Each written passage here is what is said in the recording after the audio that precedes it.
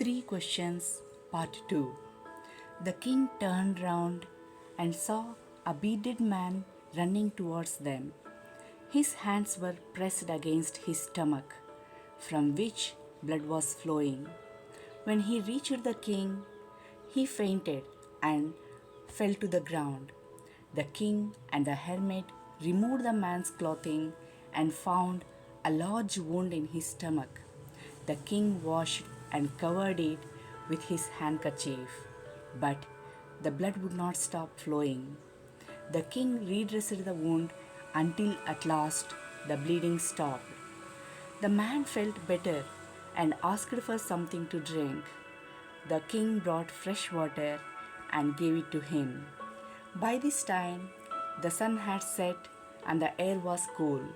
The king, with the hermit's help, carried the wounded man into the hut and laid him down on the bed. The man closed his eyes and lay quiet. The king, tired by his walk and the work he had done, lay down on the floor and slept through the night. When he awoke, it was several minutes before he could remember where he was or who the strange bearded man lying on the bed was. "Forgive me," said the bearded man in a weak voice. When he saw that the king was awake, "I do not know you and have nothing to forgive you for," said the king. "You do not know me, but I know you.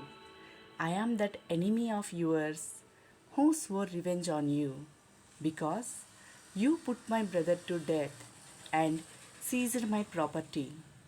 I knew you had gone alone to see that hermit, and I made up my mind to kill you on your way home.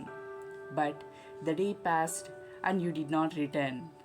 So I left my hiding place and I came upon your bodyguard, who recognized me and wounded me. I escaped from him, but I should have died if you had not dressed my wounds. I wished to kill you, and you have saved my life. Now, if I live, I will serve you as your most faithful servant and will order my sons to do the same. Forgive me." The king was very happy to have made peace with his enemy so easily and to have won him over as a friend. He not only forgave him but said he would send his servants and his own doctor to look after him, and he promised to give back the man his property.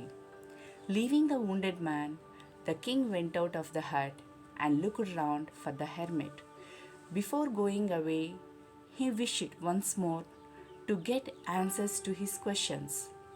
The hermit was on his knees, sowing seeds in the beds that had been dug the day before. The king went up to the hermit and said, "For the last time, I beg you to answer my questions, wise man." "You have already been answered," said the hermit, still bending down to the ground and looking up at the king as he stood before him. "How have I been answered? What do you mean?" "Do you not see?" replied the hermit. "If you had not pitied my weakness yesterday and had not dug these beds for me, you would have gone away. Then that man would have attacked you and you would have wished you had stayed with me.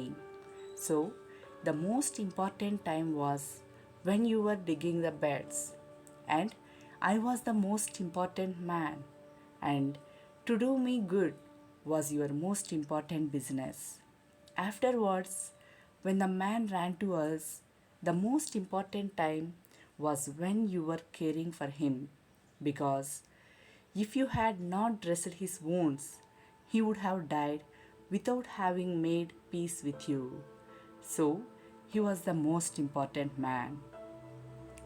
And what you did for him was your most important business. Remember then, there is only one time that is important, and that time is Now, it is the most important time because it is the only time we have any power to act. The most necessary person is the person you are with at a particular moment.